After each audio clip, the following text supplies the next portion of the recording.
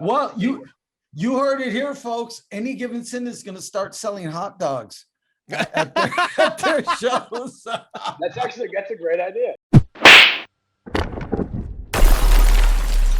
A lot's happened since yesterday.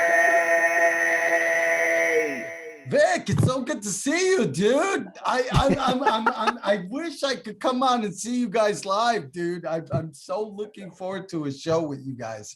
It really is. It's you guys are really good band. We have the honor, ladies and gentlemen, of a special guest with us today. Vic Ritchie from the band Any Given Sin. If you have not checked out Any Given Sin, you are missing out on some quality rock, hard rock. It's great, man. I can't thank you enough, brother, for coming on the show today and being a guest host with us. You know, so I see the Soundgarden in the background. We've talked about Soundgarden, so that was one of your biggest influences.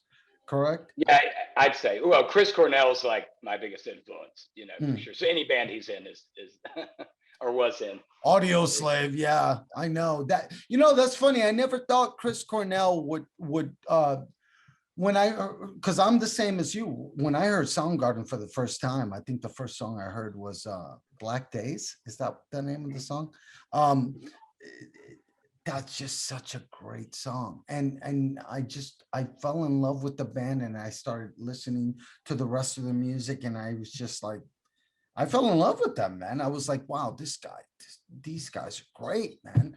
And then I don't know what happened, but Audioslave came about, and I was like, wow, this is kick-ass as well. You know what I mean? Such great music that man created with other musicians that were also great musicians, and I think it's awesome. How's everything going for you guys? Been going good, man. We just got off tour. We were out with Raw for about 3 weeks or so.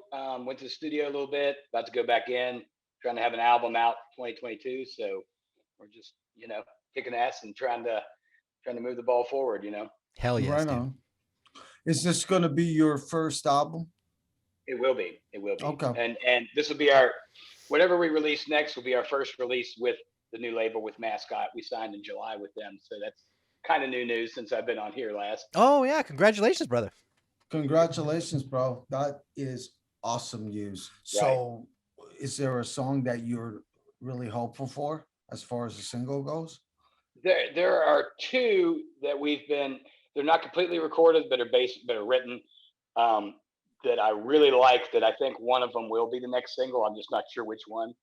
But I don't know. We kind of do the thing of the band doesn't necessarily pick the single because we're too biased. Yeah. So we let other people pick what is the marketing plan. You know what I mean? And really, that's the way it. you approach it? In some ways, yeah. Like, honestly, whatever ends up being the single ends up being something I figured would be anyways. You know what I mean? And not to say like I know this. It's just like you feel it in a song if something's like catchy or not, and you think it's probably going to be a single. You know, you can kind of feel that a little bit with a song, and you know. So, but we usually leave it to other people in the business to just get fresh ears and say, all right, here's 5 songs. Which one do you think is the most marketable? You know what I mean? And see what the consensus is. So I'd love to get your honest perspective about one last thing. I know I keep the saying rest that. of them, we want you to lie to us. But no, I love asking Vic questions because he's very honest about it, and that's really cool. Do you feel going forward, since you guys have really, your success has come off of singles, and they've all been great, and you know what I mean, nobody's gonna deny that all the singles that you guys have released are fantastic, but do you feel going in now with this album, now that you're putting out a full length, do you feel like there might be some B-sides? I just gotta know. Well, I mean, at this point there will be. So the next album, I can tell you, will have the previous 4 singles that we put out. Nice. So those will be on there. And then it's going to be an 11-track album. So there'll be an additional 7 tracks. And I don't know, there could probably only be 1 or 2 more singles left on this album cycle, I bet. But so there'll definitely be what you might call B-sides, or ones that don't make it to a single. But I don't know if there'll be like B-side as in we weren't as proud of them, or we didn't like them as much. You know what I mean? Right. Like a filler song, or just throwing one Right. down. Yeah. Right. So you just figure that at any given point of time, there a fan might go, well, that's not quite, you know what I mean, insidious, or that's not quite, you know, one of your other hits that people have gravitated to. You know what I mean? I've had that experience many times, and I've thought the same thing. You know what I mean? So I was just curious as what you think, because there's work that I've put out that I've went, yeah, man, that nailed it. And then there's work that I went, well, that one didn't come across as well as I hoped for. You know what I mean? So, and I think every artist kind of feels that way at some point, don't you? Yeah, absolutely. You never know. When you have a song, you never know. Like, I think a lot of people have, like, the song they didn't think was going to do very good did awesome, and then the song that they were really, really, really invested in maybe didn't do as good. Like, I think everybody's going to have, any band is going to have that scenario. Right. You know what I mean? You just can't read what people are going to be into and not at any given time. And it depends on timing. Like, you put out a song and somebody else put out a song that was almost exactly like it 1 week before you. You know what I mean? Yeah, you know? exactly. No, that's true. And then you feel that you almost look like the people who are maybe copying that thing. And so maybe you wrote it first, but who knows? But it's gonna come out Yeah. True. Yeah. you know, so it just depends on, there's so many factors that could go into why a song was successful or not. It's not always because it's good or not. You know what I mean? I think when it comes to, like, how's it catch fire on radio or internet or things like that, I think any song has to be good, but does it have to be better than this song to be more popular? No, you know, Yeah. or does it have to? Yeah, That's either way. I'm touring. How's that been going? I mean, let's let everybody know, because you guys are right there doing it. You know what I mean? Sure. So, like, logistically, it's ridiculous, because if you need to rent anything, it's hard to. If you need a driver or a bus, it's almost impossible to get, because everybody's out touring this year. You know, since everybody was locked down for 2020, all the venues are booked up. You've got everything you can imagine booked up. And so everybody's just kind of competing over everything. So a lot of times you'll be in the same city. There'll be 2 other bands of maybe your level or way higher than you. And so you're all, like, competing for, you know, whoever in rock music might come out and see a show that night on a Tuesday, you know, so it's different. So your weeknight shows are definitely hit and miss. Weekend shows have been great. We did a lot of Northeast, which we didn't run into a lot of, like, COVID restrictions, any, like, you must be vaccinated to get in kind of thing. So it's been kind of, logistically, it's been easy so far. Right on. I gotta ask, bro, what are your thoughts on all that? I mean, the whole COVID and restrictions and everything I mean, also too, logistically, we got to talk about this. Where is it that you guys are being accepted? You know what I mean? To come out and play and do your thing. And where is it that it's a little bit more difficult?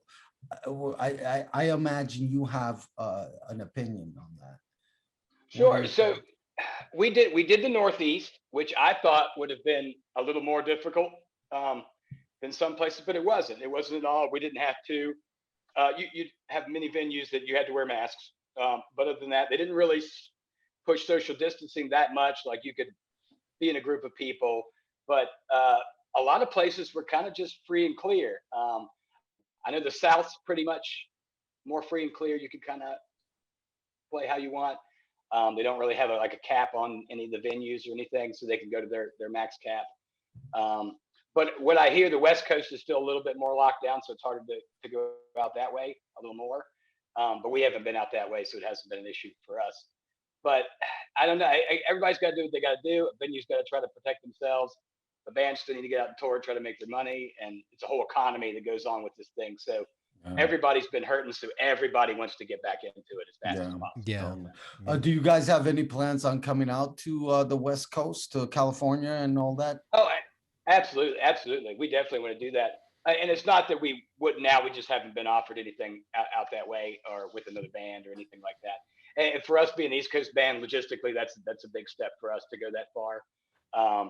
Not that we wouldn't, and we're definitely planning on it, but it's something we got to plan a little bit more on. And we want to make sure that we don't run into a place where, all right, it's 1,000 cap room, but we only let 250 people in, because then that's going to hurt us, in the future. So we've just got to wait for all of that to go away before we feel like maybe a West Coast tour would. It's got to be a logistical fucking nightmare. It just has to be. It can be. Yeah. The bigger the tours, the bigger the problem is going to be. For us doing some of the venues we're doing, it's not too bad. But if you're an arena band, if you're just hitting like 2,000 room caps and stuff like that, like it's got to be much more difficult, just because they are putting some of those restrictions on how many people could be in there.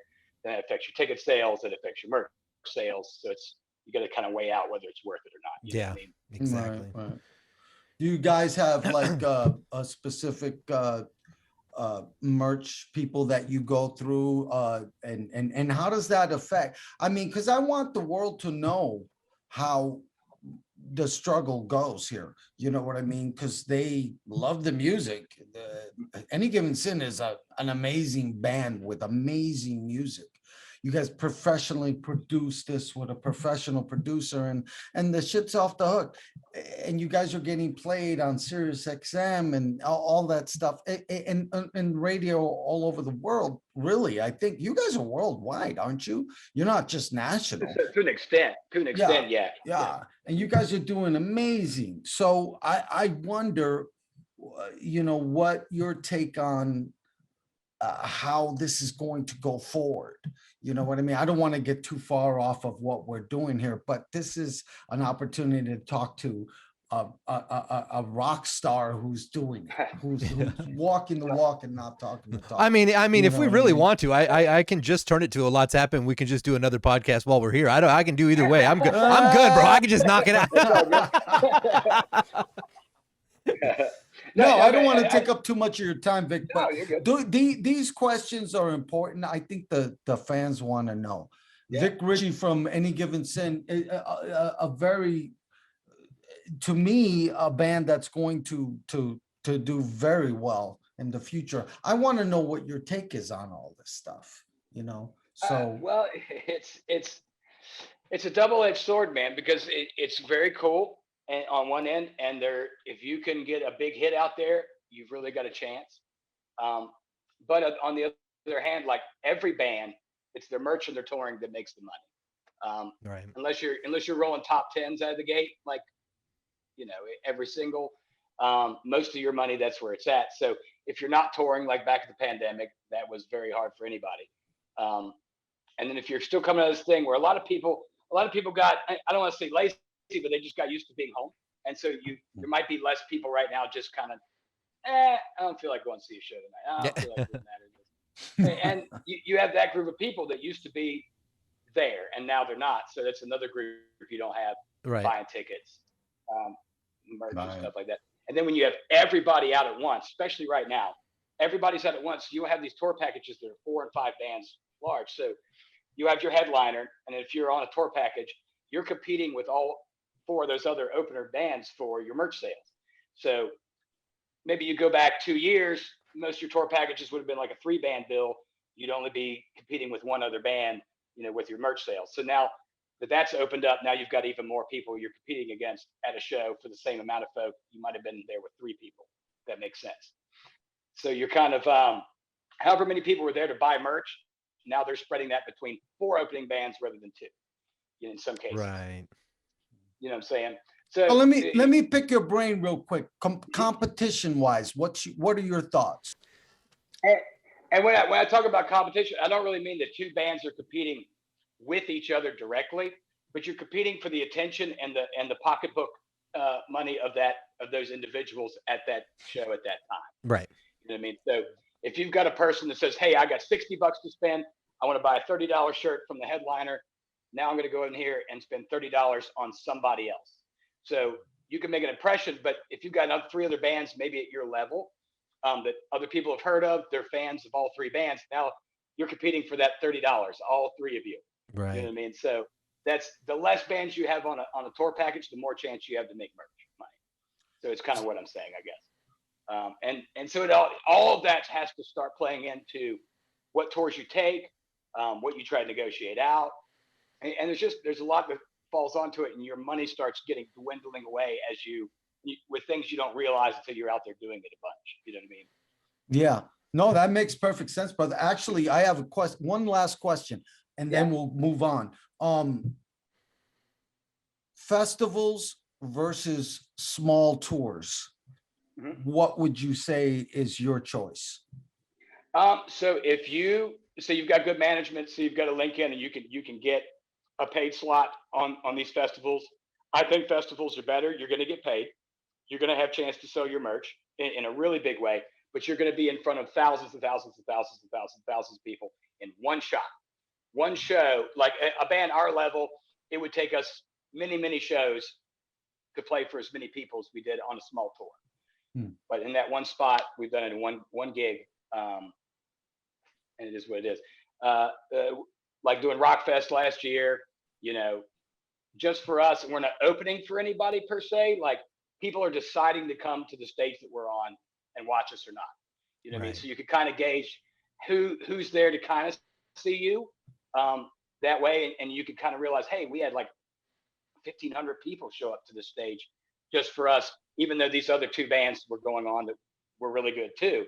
So it starts to give you an idea of how many people are really engaged for you there at those particular festivals and things. Merch can be hit and miss at a festival, just depending on what time of the day you're playing. You know what I mean? Because some people I think some people wake up and if you play at like noon, then people are like, I need to get lunch. Yeah. Like, I need to hold up on the merch. I got to get in the hot tub. But I think it just depends. But yeah, I think festivals are better just for the bang for your buck. You're going to have one day worth of expenses for maybe at our level 5 shows worth of, Yeah. Well, you heard it here, folks. Any Given Sin is going to start selling hot dogs at their shows. That's a great idea. Yeah. We should. We should sell the food. Oh, dude, you're cool. Shit, dude. that's not a bad idea. He's right. Like, That's a great idea. Vic's got a good head for this business. Man. He's like, hey, we'll just sell hot dogs with Any Given Sin written across it. The bun, Whatever some you want. shit. We'll just know become what I the mean? Amazon of merch booths. I know, right? I know you're a big fan of Chris Cornell, and he was very he was hard on himself. You know what I mean? He was, whenever he had a bad night. So I gotta ask you, does that affect you? Is that something that really like affects you in your head when you play out? If the sound is not on at the club that you're playing, that kind of thing? Because my understanding is that Chris had a real bad night. And the sound was not on for him. And that kind of led him to, there were other factors involved, obviously. But how does that affect you as a singer? Because as a singer, you're the guy that you got to be able to hear exactly what's going on in order for your pitch to be on, right? How does that affect you? I mean, and it can affect you. Like, so when you're maybe the front man, you're kind of the focal point for a lot of people. So if you mess up, people notice it immediately. You know what I mean? If something goes wrong there, people notice that immediately. You can feel that way because, especially as a singer, if your voice doesn't work out, sometimes it's not your fault. You know what I mean? Sometimes it's just, maybe I'm sick, maybe I'm tired, maybe I'm a combination of those 2 things. And so if you're not on, it's just, you're like, oh, I want to be on, but there's nothing I can do. It's not like, it's like you have a broken hand and you're a guitar player, all of a sudden. And it's like, what do you do? You know what I mean? So you kind of just got to maybe just suffer through that one night and try to come back and kill it the next one. You know what I mean? Like you kind of just got to push yourself through the bad one, and it'll still affect you. It'll make you feel bad. And because you don't want people to come out and be like, man, we drove 3 hours, to come see you guys, and you don't want to give anybody a bad night. You know what I mean? Yeah. You Yeah. feel really bad about that kind of thing because now people are paying money to see you. They bought merch from you. You just want to give them a good show, and if you don't, then you feel responsible for that in some way. So regardless if it was your fault or not, or was, or however it worked out. Yeah. The funny thing is I've got a lot of friends that have gotten me into different bands, and a buddy of mine, this was way back in the day. He was like, yes. I was like, oh man, have you heard Soundgarden, man? These guys are so good, dude. I love this band, and this is before I became a major fan of Chris Cornell, but I was a fan of Soundgarden. And I was talking to my buddy about it, and he's like, yeah, man, I saw those guys live and they were terrible. And I was like, the singer was off and all this shit. And I was just like, wow, you know what I mean? So years later, Chris Cornell, one of the best singers of all time, really, if we think about it, you know what I mean? And it's like one bad experience led this dude to believe that they sucked. And I'm just kind of like, no, they don't suck. It was just a bad night, maybe. The sound guy was maybe off. Who knows? But I just thought I'd ask you about that because it's a funny thing for me to consider that people will consider a band shitty just based on one bad live experience. You know what I mean? Right. And you never know when in the tour that the show you're watching comes up. Like the one we had 7 in a row. So you have 7 in a row every single night for 7 days, and you're singing, close to an hour. If you're Chris Cornell and you're doing all these screams and all these big high parts and all this stuff, and you end up day 7 and you're just done. Yeah. It is what it is. If it's not going to work, it's not going to work. Yeah. You know what I mean? But that's the chance. That's what you got. You just got to do it. Are you into the aesthetics, or are you more into just playing, just singing, just doing your thing, just the band just doing their thing versus having this great aesthetic look? What are your thoughts I think about that? The aesthetics are awesome as soon as you have a crew and the time to hook them up. If you're on a tour or you're at a festival and you've got 15-20 minute turnover between bands, you know what I mean? Like, it's going to be very hard for you to set up a lot of production like that and then make sure it goes off like it needs to.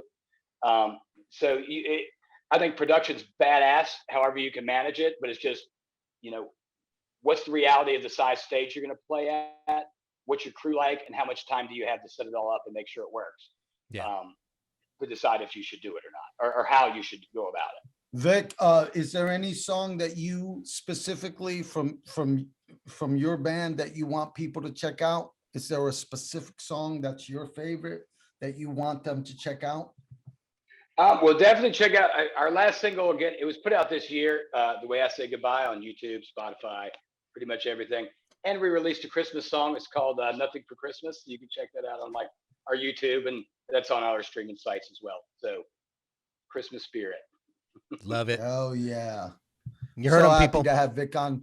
Vic is a super cool dude, super down to earth, great vocalist, great band. Any Given Sin, check them out. We have the pleasure to have Vic be our buddy and come on the show from time to time. So look forward to more episodes with Vic. He'll come on when he has time. He's a busy man, but when he has time, he'll come on, and we appreciate that. You getting an actual person that's successful in this business giving their opinion about other music is priceless, in my opinion. So we really appreciate having Vic on. Thanks, bro. Appreciate it. Definitely. Thank you, guys. Thanks. Absolutely. All right, everybody. Until next time, take care of each other. Mad love. Peace. Peace.